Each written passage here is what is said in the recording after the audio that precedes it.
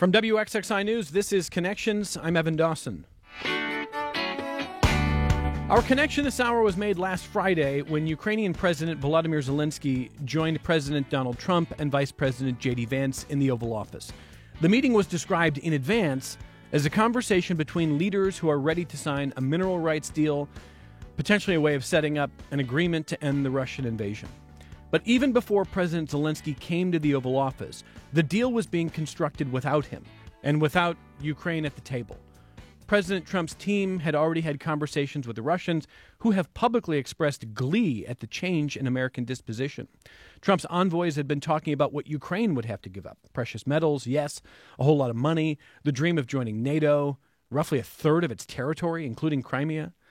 Russia would have to give up, well, nothing so far as we can tell. So when Zelensky arrived in Washington, he had already expressed frustration at this turn of events. And then he listened as President Trump talked to the press about how the peace deal was hard to achieve because, as he put it, Zelensky just harbors so much hate for Vladimir Putin, so much hatred, Trump said.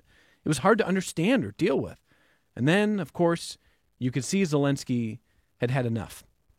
Russian state media has reported this encounter like a rabid sports talk show, cheering on its home team, laughing and celebrating. Trump followed that meeting by declaring that Zelensky is just too emotional for peace right now. The next German Chancellor, Friedrich Merz, has said that Europe has to prepare for security without the United States now. And here's how the New York Times describes new developments just today. Quote, European Union leaders are confronting one of the biggest challenges in the bloc's history as an aggressive Russia looms to the east and American support wavers from the west. On Thursday, they pledged to rise to the challenge.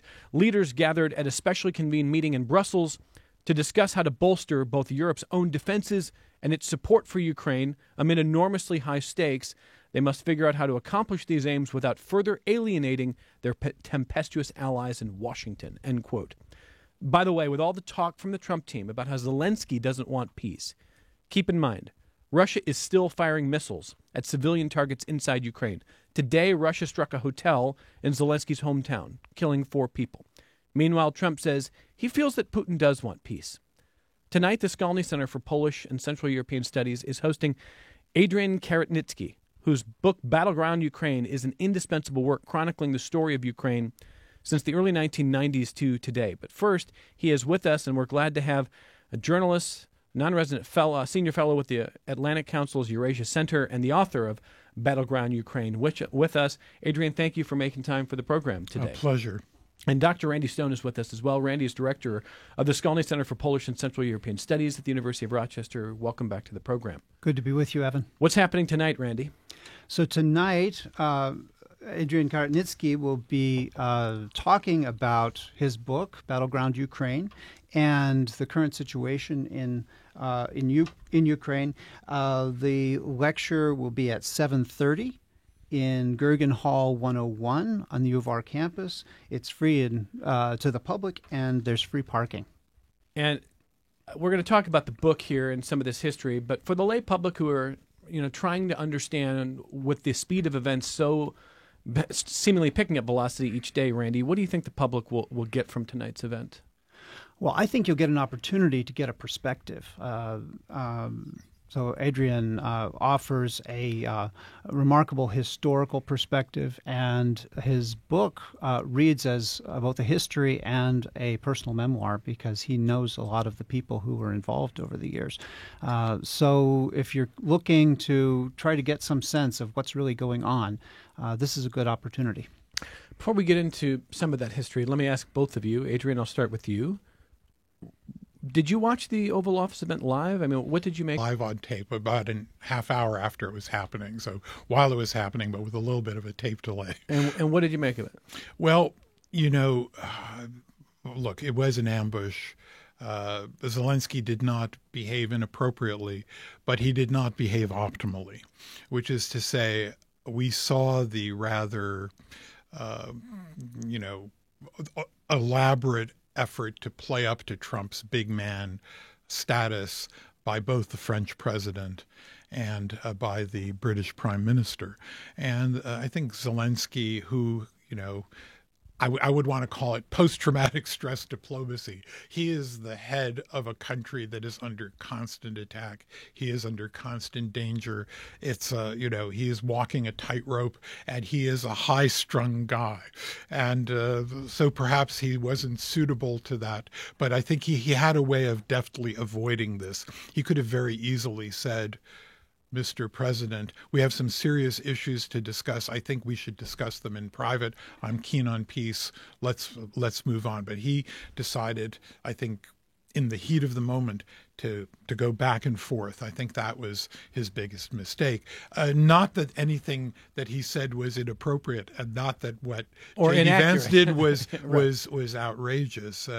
But he allowed that opportunity to happen, and I think that was a sign of maybe ill preparation. Because really, the purpose of this was twofold: to simply sign the agreement and to say, yes, we're ready for peace, Mr. President. We want you to work with us to achieve it. That's what I'm here to say, and let's discuss this behind closed doors. So before I turn to your colleague, let me just probe one other idea of that it was understandable, if perhaps ill-advised, for him to get his dander up. What if he went into that meeting saying, look, even behind closed doors, they're making it clear. Russia has to concede nothing. We have to concede everything. They're telling us that the only deal that is amenable gives up Crimea forever, gives up the Donbass, gives up territory that Russia is currently on, gives up this mineral rights, a dream of being in NATO, and Zelensky's probably thinking, this is just a temporary armistice that will be violated. So maybe he's thinking, if I call them on this publicly, it's going to be ugly. But I'm already getting the worst possible deal. Maybe I need to shake things up. Well, there is a bad deal afoot, but I think there are ways of, and actually things turned out not so badly for Ukrainian interests, although I don't think that was the intention. I don't think Zelensky had the idea that Europe would step up in the way it has. Europe has shown, partly because they're spooked by Trump's foreign policy, sure. Trump's relationship with Putin that is still this mysterious but deep relationship that no one quite understands. And I think Europe had already, has responded, has risen to the occasion. And I think that has strengthened Zelensky's negotiating stance and his ability to be involved, because I think Europe now wants to inject itself and to make it at least a quadripartite rather than a tripartite negotiation. And I think that what Ukrainians are really shocked at was that the United States was an ally, but Ukraine is now behaving, but the United States is now behaving as this neutral, if not pro-Russian advocate. And this surrender of any responsibility for the safety of the country, the pulling back of satellite intelligence, denying Britain the right to share in satellite intelligence, some of it shared with the United States, with Ukraine, and the stoppage in providing weapons, that's going to lead, that already is leading to the loss of lives, because air defenses depend on U.S. intelligence sharing, Ukrainian air defenses. So so I think there was, for all those reasons, I think Zelensky is aware now of what kind of a administration he is dealing with.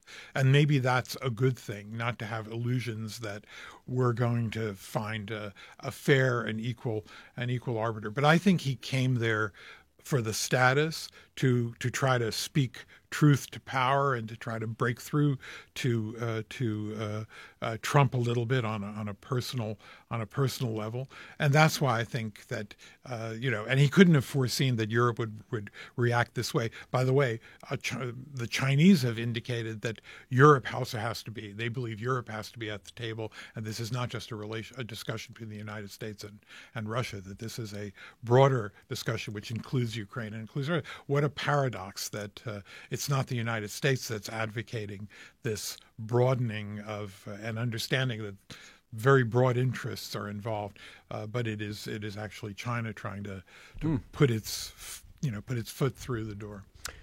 Randy, what did you make of what you saw? Well, I think it's hard to tell whether the Trump J.D. Vance duo had this all planned, and this was just a setup to ambush Zelensky in the White House in order to create a narrative for the base that they're not abandoning Ukraine, that this isn't weak, right?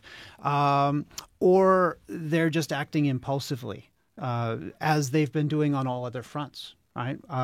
We hear now that they're talking about abolishing the Federal Reserve. Today's news says they want to abolish the Department of Education.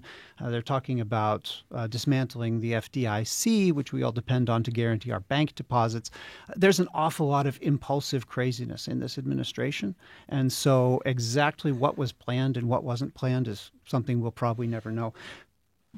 But the crucial thing, I think, to understand here is that there's a name for Trump's policy towards Russia, and it's appeasement. This is a policy that we've seen before. We know how this movie ends. You don't avoid war by appeasing dictators. Right? This causes dictators to increase their demands. What did Putin do? He immediately escalated his demands. He's now demanding not only all the land that he currently occupies, but that Ukraine turn over all the land in the four, we'll call them disputed provinces, right? The four Ukrainian provinces, in addition to Crimea, which Russia has claimed that it has legally annexed. So territory that Russians have been expelled from by the Ukrainian army, Putin now expects to have turned over to him. He is also demanding that Ukraine be turned into a kind of semi-independent dependency of Russia, that its democratically elected government be replaced by someone who would be more comfortable for him, and that it be disarmed. Right. So this is what happens. This is what happened at Munich in 1938, right, when Neville Chamberlain made a deal with Hitler to give away the western portion of Czechoslovakia, which was where, of course, the Czechoslovak army was dug in and was prepared to defend against the German army. If I can interject on the Munich parallel, I mean, it's interesting that we talk about Munich, but oddly enough, I personally believe that Munich happened after 2014 in the inadequate reaction of the West to the Russian annexation of Crimea and to the de facto Russian including from Obama. Yeah, exactly, because Munich was a prelude to the taking of territory, and the taking of territory had already occurred. The first partition of Ukraine. This is now the second partition of Ukraine. So kind of redolent of Polish history, and kind of it's also interesting that if you look at the 19th century and the and Russian attitudes towards Poland, Russia believed that Poles could be made into Russians. There was a Russian education minister, Count Uvarov, who believed it would take 2 generations to turn Poles into Russians, and I think the Russians believed the same thing, and they grossly underestimated the force of Polish nationalism then, and through endless Polish rebellions, were kind of got the message that Poles were not going to be a part of Russia. But I think the lesson that I think Ukraine's courage has shown in these recent years, and the emergence of a fundamentally unified Ukrainian nation that's occurred over this last 35-year period, means that Ukraine is kind of in the same place to Russia as Poland in the 19th century, and I believe will end up at the same result, that it will preserve its sovereignty, preserve its independence. And the interesting thing is that Europe which was considered to be kind of flaccid and pacifist and so on, has become much more vigorous in its martial spirit and its willingness to do what it takes to both defend Ukraine and to build up its own military capabilities. And I think that is the consequence of their accurate assessment of the situation on the ground, which is that the Ukrainians, despite what Donald Trump has been saying have been prevailing. Russia, it will take Russia a couple of hundred years at the way it's expanding, adding territory to take over Ukraine. Russia has been dealt substantial economic blows. Russia is disconnected from the higher technologies. Some of it surreptitiously is entering, but pretty much they're not capable of joining the AI revolution, the robotics revolution. And I think the Russian elite understands that. And Donald Trump, instead of understanding, and his tech bros should be telling him this, that Russia is in a very weak position because it's outside of these major technological and economic developments, these life-changing, life-altering, and economy-altering developments in technology. Donald Trump believes that Ukraine is the weak country. Europe understands that Ukraine has been withstanding, and the other reason that that Europe is willing to make the bargain that it's willing to take on the Russian bear is because Ukraine has substantially degraded Russia's offensive capabilities by fighting. Russia is not right now capable of marching into Europe the way it was, even absent a U.S. Presence, in the same way that it was before this, because much of its military potential has been very substantially degraded and shown to be kind of weak against higher technologies and new technology. Anything to add there? Yes, no, I think that's all correct, the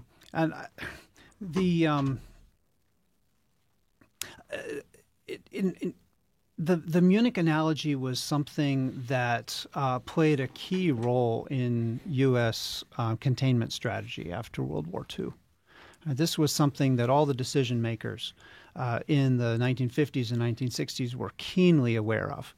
Learning from that historical example, that if you lose credibility, you end up involved in international conflict. And so they were willing sometimes to take extraordinary risks, sometimes to pay tremendous costs in order to defend U.S. credibility and the credibility of our commitment to our allies in Europe, right, our NATO allies. And what we're seeing with Donald Trump is the unraveling of an 80-year commitment investment in U.S. credibility. Right? That 65,000 Americans died in Vietnam to defend American credibility. And it was a dubious prospect that we actually had to defend Vietnam in order to convince the Soviet Union that we were not willing to let it march into Berlin. Right? But the Johnson administration thought that was a price that was worth paying, just to be sure that there was no uncertainty, not to lead to a wider conflict that could lead to a world war. Those sacrifices are now being trampled on by the Trump administration. And the irony is that there is no real sacrifice in terms of American the lives of Americans. Ukraine is not in the same posture as, say, Afghanistan was, or our role in Vietnam, or even to a degree what we were trying to do in Iraq. Ukraine is not asking for any support of people to fight a war for them. They'd be happy to have people as peacekeepers once a deal is made. They're just willing to take it on, and all they want is the continuation of resources that allows them to have to stymie Russia and to force or to bring Putin to the bargaining table, but at the bargaining table where he has to give as much as Ukraine. And also Ukraine, I think, is ready, and the Ukrainian polls show that the Ukrainian public is ready to end the conflict with this current territorial configuration, minus maybe an adjustment between giving up to the Russian territory they hold for some portion of Ukrainian territory. But what the Ukrainians are really ready for is that they're ready to try to recover those territories only by peaceful and diplomatic means, or perhaps hope that over time Russia's politics will change and the Russian people will recognize that, aggressive taking of another nation's territory is not justified. So the Ukrainians are ready to make a reasonable deal, but because the the Trump administration has shown no indication that they have some red lines, nor any indication that they have some demands of the Russians as part of the give and take. All that we have heard is that Ukraine has to surrender A, B, C, D, E, F, and it's a constantly cascading list of demands. And now it is all even not just the question of military aid. There is a stoppage of military aid at the moment of an active war. It's astonishing. But again, I would say that one of the perhaps most surprising things is how much coalescence there has been among the major European players and the vast majority of the EU and the rest of our NATO allies, because Canada is part of this too. We can talk about this maybe a little bit later, but there is a Trumpian way of not forcing Ukraine to pay for the war, but Trump has chosen to take money from the Ukrainians while Europe and the allies are sitting on $300 billion of Russian hard currency assets, which would easily cover for 6 or 7 years the level of expenditure, even adjusted for inflation, that the U.S. spent over the first 3 years of the war. Rather than focusing on that and using that as a lever against Putin, there is now this, stoppage of support and the demand that Ukraine to claw back grants and aid that was given to Ukraine to fight a war in which it is protecting the international order. We have to remember there have only been 2 instances. This is the second instance where another country is invading and annexing the territory since the creation of the United Nations system. The other one was Iraq and Kuwait. That was rapidly reversed. This is the only second such instance, because even in the case of Tibet was not internationally recognized. I think there were a couple countries that recognized Tibet's independence. It was taken by China in that period, but it was not a subject of international law. It was not recognized as a state within defined borders, as Ukraine was. In a moment, we're going to get to some feedback from listeners. And if you want to call the program, listeners, it's 844-295-TALK. It's toll free, 844-295-8255. 263-WXXI if you're in Rochester, 263-9994. You can email the program connections@WXXI.org. If you're watching on our YouTube channel for WXXI News, you can join the chat there. Adrian, about 9 months ago, you were looking ahead to this past presidential election, and you said that with some small caveats, we knew what the next presidential administration would look like if it was Kamala Harris or if it was Joe Biden at the time. If it was an extension of the Biden administration, it's a pretty narrow set. Europe knew what to expect. Ukraine knew what to expect. Russia knew what to expect. With Trump, you said the ceiling is very low. The floor was actually higher because of the unpredictability. So if you are a Ukrainian and you were dreading a Trump win, you could at least hold on to the hope that, who knows, maybe there is a curveball coming here. It seems to me, listening to that interview with you from 9 months ago, that your assessment now would be the Ukrainian hopes for some sort of a Jekyll and Hyde, the good side, it has gone completely the other way. To complete your analogy, it's a hanging curveball, unfortunately, and it's being hit out of the park by Putin at this point. It doesn't have any bite, and I think that is really the scary thing. The real surprise to me is really the European reaction, because I did not anticipate. I anticipated that more likely there would be a kind of a neutralization of Europe and much more disarray within the alliance and the beginnings of bargaining with the new, the signs of the new world order. Now, mind you, we do not yet know how this thing will turn out, because the biggest problem is that it will be very hard for Trump to sell domestic public opinion, not to speak of the rest of the international community, to sell them on a kind of a deal which is the complete loss of Ukrainian sovereignty. I think it's going to create substantial tension. Right now, with Trump still hovering in the, approval-disapproval ratings on a kind of a 50-50 basis, a lot of the Republicans are are concerned but not willing to speak up. But if this is a terrible deal, and you have to remember there have been polls that show that about 50% of the Trump electorate admires Ukraine, and maybe they don't want to pay for this, but there are, as I've indicated, ways of paying for this that would satisfy MAGA to support Ukraine and to pay for it with these Russian hard currency reserves. But I think there is, people admire people who are fighting for their freedom. They're doing it on their own. They're not asking Americans to join them, and they're not even potentially asking for Americans to pay for this any longer. And Trump is suggesting that the Ukrainians will be paying for what has already been given them. So theoretically, there is a groundwork. The question is, can Putin get what he wants, which is an array of demands, including clawing back huge amounts of Ukrainian territory that currently are held by the Ukrainians. The Trump administration has been referring to, in the early days of the war, there was a discussion about a peace process in Istanbul. And there, just very preliminary discussions were around the idea that Ukraine would declare its neutrality, remove itself from NATO. Those were on the table. But those are on the table for the complete removal of Russian forces from all of Ukraine, with the exception of Crimea, perhaps. And again, the Ukrainians didn't sign on to any formal treaty.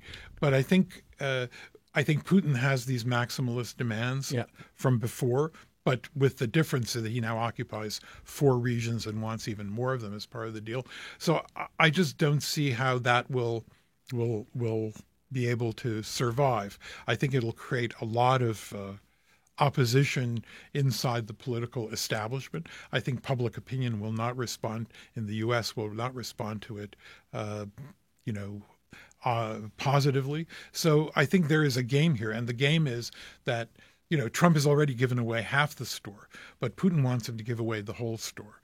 And if Trump's savvy as a deal maker is exposed as just foppery, as a fiction, I think it will create a bit of a debate. We haven't had a lot of foreign policy debates in American life since the Vietnam War, perhaps, and the Iraq War. But I think this will cascade into an important national debate. Well, when we come back from our only break, I'm going to take some phone calls here.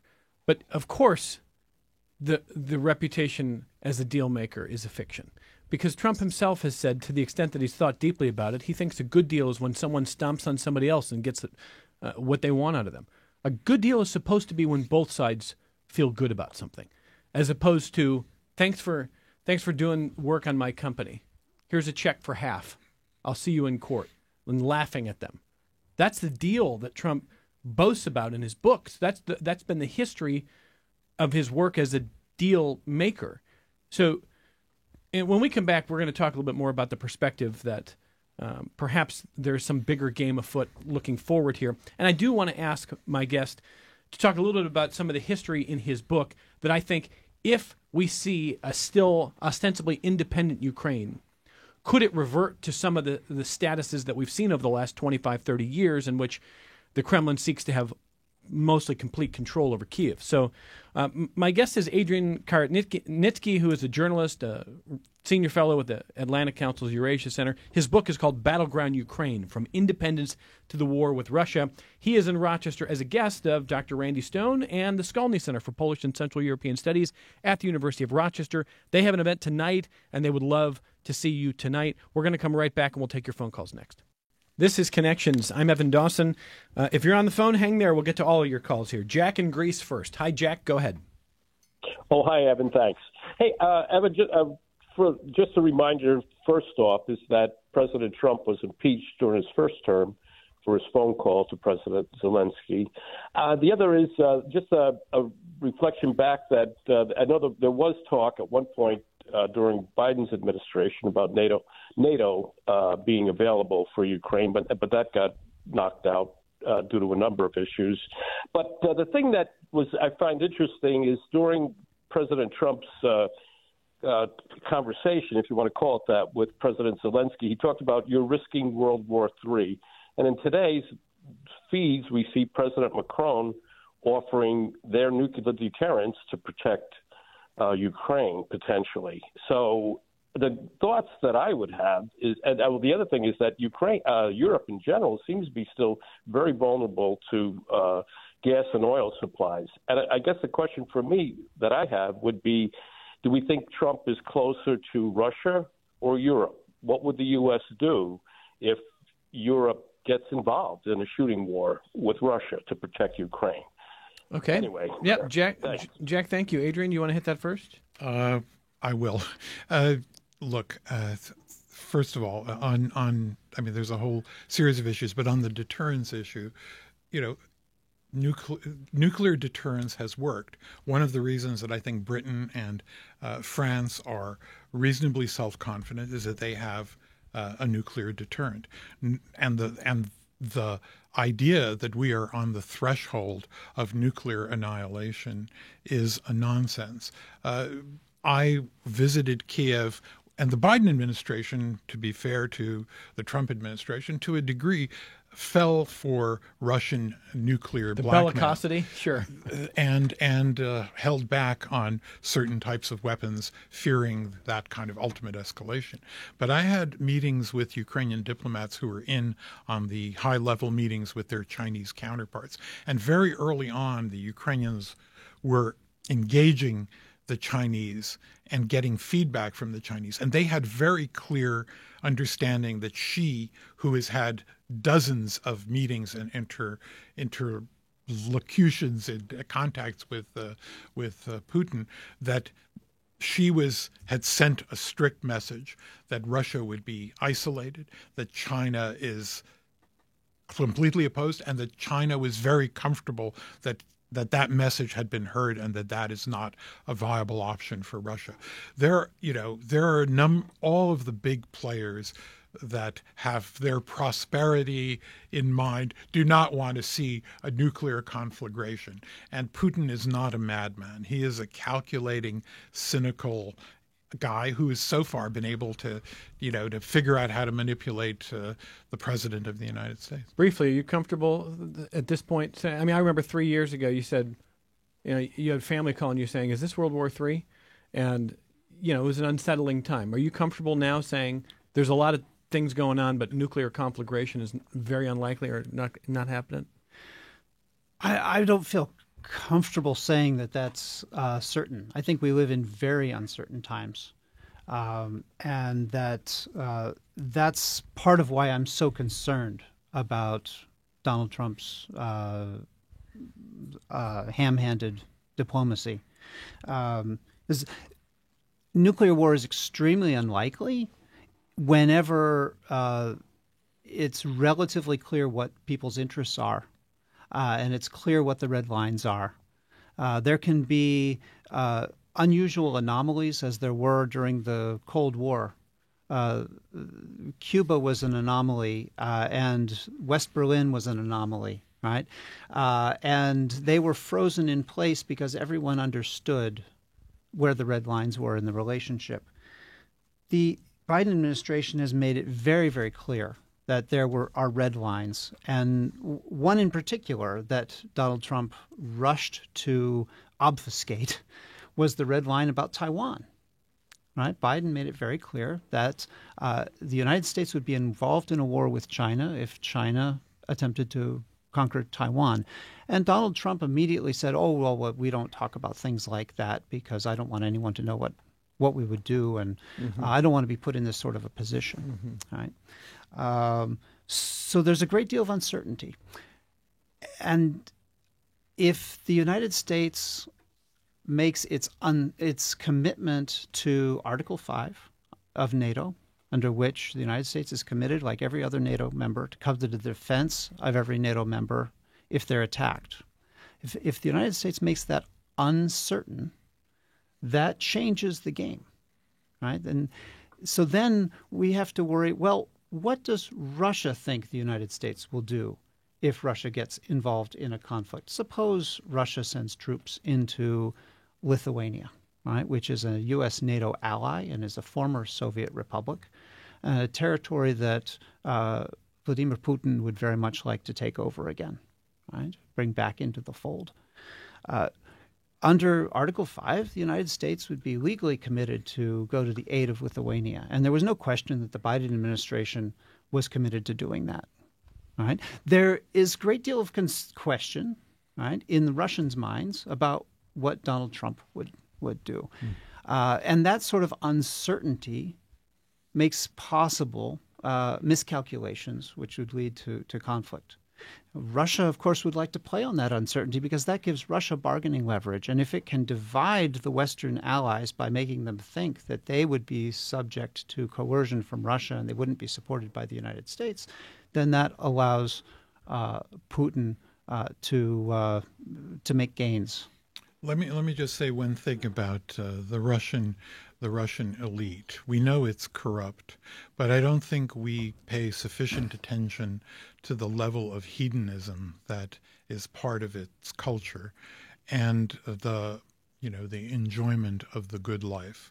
And I think for them, it's much more important to be able to regain their access to their, villas in Lake Como and in Monaco and et cetera, and their yachts, than it is to get into a conflagration. So, and for Trump, that kind of a transactional thing, you let us in, I'll let you in. We'll drop the sanctions. We'll move past this, and you can go back to the way you live. But it also means, I think, that there is a group of people. There is, I wouldn't call it adult supervision, but there is heavy self-interest that if Putin were on the edge of deploying nuclear weapons, there, I believe, is a strong interest group in Russia, and not just oligarchs. Because when we look at some of the most corrupt people, they're people in the national security apparatus of Russia who have become billionaires like Putin has. And that's why I think this is the kind of brinksmanship that Russia exercises. We should also be thinking about that other dimension of Russia. One of the reasons Russia failed in its invasion of Ukraine is that its leadership and the culture of the military was substantially degraded precisely by that kind of corruption, and that gave Ukraine a fighting chance to level the playing field. But that is also should be a part of our model of how we think about militant and dangerous Russia. So Hoover in Pittsford, Mike in Greece. I'm taking your calls in a second. I want to build on this point that what is China making of all of this? And I tried yesterday on this program to have a spirited conversation with a former congressional candidate, a Republican, Greg Sadwick, who was, I think, bringing to this program a lot of the Republican sensibility about Trump's disposition toward Putin and Ukraine. And he thinks it's great. He thinks it's exactly what is needed. And he called Trump a master negotiator. I challenged that. And I want you to listen to some of the back and forth after that. This is Greg Sadwick yesterday. Nothing was happening for 3 years, and we were continuing to lose lives. So we can stay on that same path and have another Afghanistan. He's trying to prevent that. Okay, the other aspect is there's a bigger piece to this puzzle that I think is more critical than Russia, and that's China. And I believe that Trump is trying to pull Putin over closer to us than to China, because China is our biggest threat. He's trying to get Europe to take care of their own backyard so that Big Brother can go take care of the bigger problem in the world in the Pacific. And I think that's part of his master strategy. Well, I don't think it is. He's been pretty open about that. That's part of his strategy. He's going to pull Russia toward us so that what? When China takes Taiwan and they know that we're just going to let them, Russia will intervene on our behalf? What happens here? It's keep your friends close but your enemies closer. Would you rather have Russia on our side or on China's side? I would rather not be in league with autocrats. I'd rather have standards that say, if you come into my house and you try to burn the whole thing down, and after 3 years you're still living in the basement and the living room, the solution is not to say, okay, I guess you get a third of my house. Please don't burn down the rest of it. So you're good with a prolonged war then? Because really, that's the only other option. No, I think that's a straw man, and that's what Marco Rubio has been saying. Secretary Rubio has been using the same tactic. Nobody wants a prolonged war. Why is everybody blaming anybody but Putin here? The prolonged war could be over tomorrow if Vladimir Putin chose it, right? You agree with that? Yes. Yep. Okay. So why is it on Zelensky to say, well, give away a third of your house, man? They broke in and you don't have enough weapons to keep fighting them off. Do you think he's done? Do you think that Putin says, hey, thank you for a third of the country. Thank you for humiliating Zelensky and giving me this big victory. I'm good now. I don't want any more. I think I'm fine.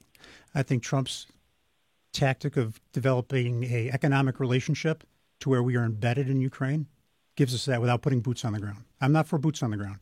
It sounds like you might be, because either a prolonged war or boots on the ground or bringing this to an end.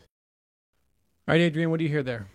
Well, first of all, the idea that Putin will make a concordat and ditch China on behalf of the United States is a folly for one reason only. If we believe that we have democratic institutions, and he knows that there will be a rotation of power a few years down the line to misalign from a reliable ally whose leadership will be the same in the next decade versus someone who 2 to 4 years from now, if there's a change in Congress and a change in the presidency, can be completely different. That's not the kind of partner that a dictator like Putin would want. His only option is fellow dictatorships who he believes have a high measure of stability. Now, some of them may not, but he definitely, those are the kind of allies that he wants. And as to an exit strategy, I believe there is an exit strategy.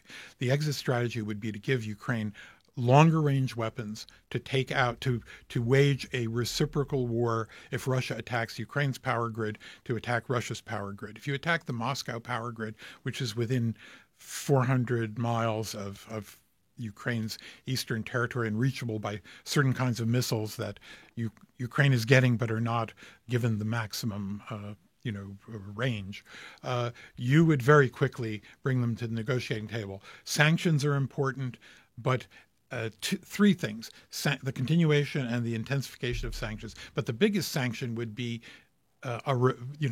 reciprocal attacks on Russia's power, because 25% of the Russian economy is in Moscow. You take out Moscow 5 or 10% of the time, you're degrading the Russian GDP by 1 or 2%.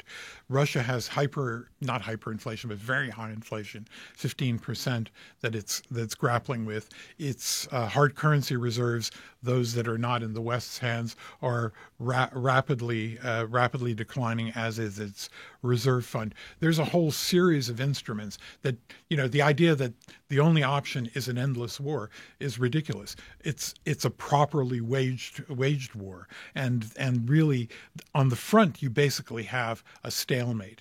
The real place where Russia has an advantage, and a bigger advantage now that Trump has removed satellite intelligence sharing, is the ability to attack Ukrainian civilian targets and Ukrainian energy, to make Ukrainian lives very hard and difficult. Randy, what did you hear there? Anything compelling change your mind on Trump's strategy? No, I'm not convinced.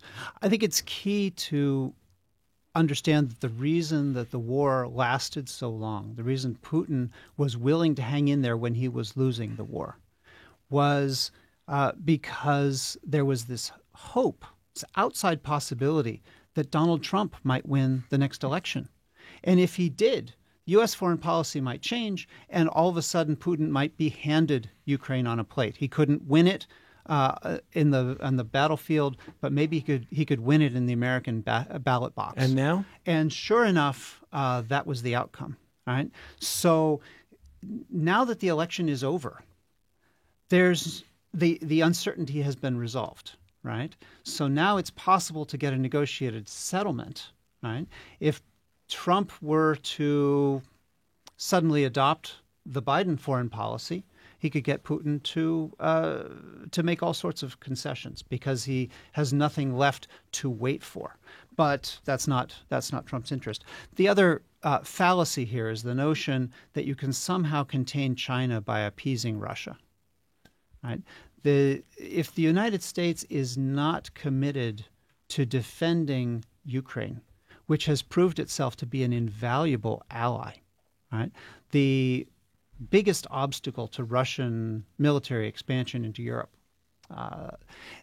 then what is the likelihood that the United States is going to be committed to defending Taiwan, right? Which is a population half as large, on an island that's close to China, in a place that is much more difficult for the United States to support. And so the natural inference for Xi Jinping to draw is that the U.S. guarantee to Taiwan does not, in fact, exist. Right?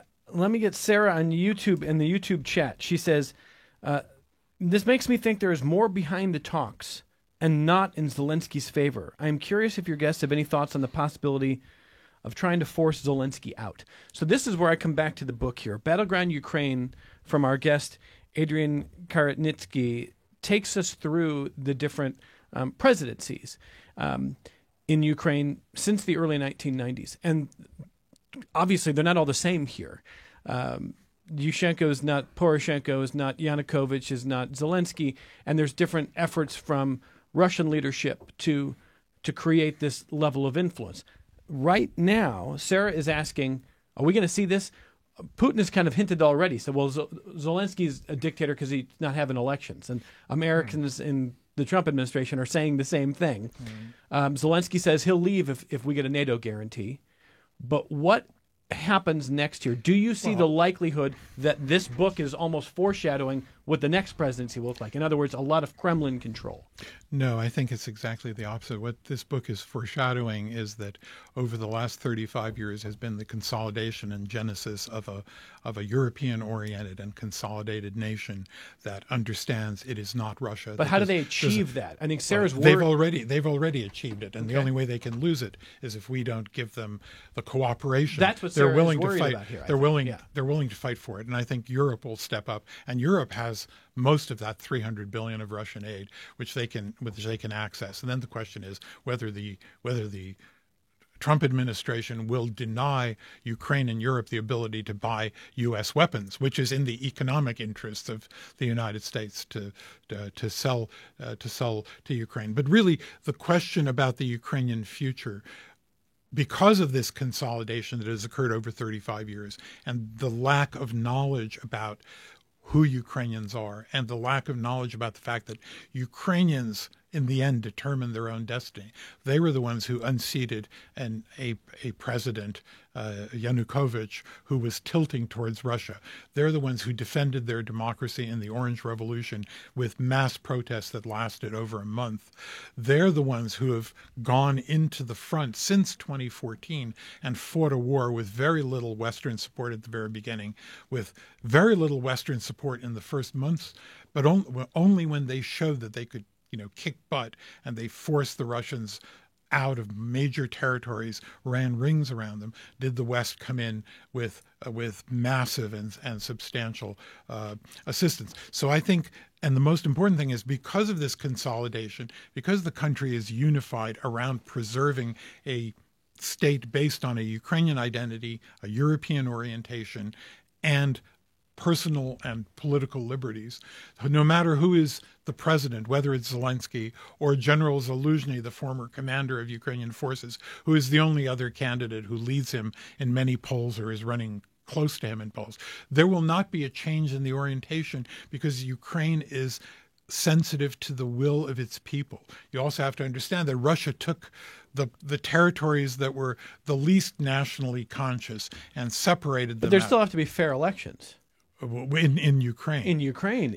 Yes. If there are if and when the next elections happen. Yeah, but they won't be in Russian-controlled territory. Right, but will Russia try? You're not worried. You don't seem worried that Russia's going to have a hand in intervening and controlling. Look, Russia may have an idea that 10 or 15 years down the line, Georgians were very anti-Russian after they took a swath of their territory in 2007. Maybe they're thinking that the same phenomenon could happen. Moldova, years after a breakaway part of Moldova, a pro-Russian party was alternating power. Maybe Russia thinks they can claw their way back to that, but I think that's in the distant future. Public opinion is completely consolidated. They want a Ukrainian state. They're ready for peace, a peace settlement, but they're not ready to settle for peacefully reclaiming their former territories. That's where Ukrainians are at. And I'm down to our last minute here. I've got several emails. Michael's one of them, asking if things would have been different and this is a common refrain you get, if Ukraine hadn't willingly given up their nuclear weapons. Can you do a 40-second history of that, what we should know about that? Well, Ukraine had difficulty using those nuclear weapons because the codes and control for some of the levers were in Russia. But yes, they had the technological means to retain nuclear power. And oddly enough, a guy, John Mearsheimer, who often criticizes U.S. policy, he wrote an article in the early 90s arguing that Ukraine should retain its nuclear deterrence. The anti-NATO guy wrote that in the early 90s? Okay. Exactly. So he has a consistent position. But no NATO for Ukraine, but Ukraine with nuclear weapons. I'm going to hear the music in a second, but is it a fair narrative that when people say, well, Ukraine sacrificed their nuclear weapons, that no, should be Ukraine was respected given now? assurances by the United States That's and by true. the other nuclear powers. And that's why we owe a responsibility to Ukraine, because they did the right thing that the West asked them to do. Dr. Stone, tonight, let people know where they should be.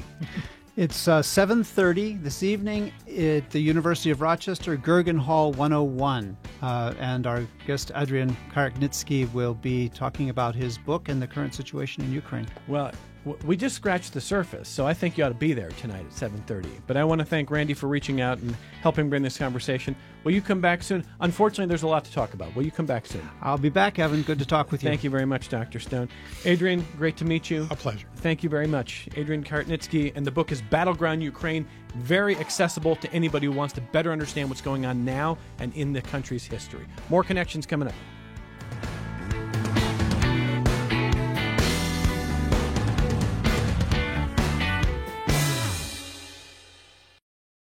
This program is a production of WXXI Public Radio. The views expressed do not necessarily represent those of this station, its staff, management, or underwriters. The broadcast is meant for the private use of our audience. Any rebroadcast or use in another medium without expressed written consent of WXXI is strictly prohibited. Connections with Evan Dawson is available as a podcast. Just click on the Connections link at WXXInews.org.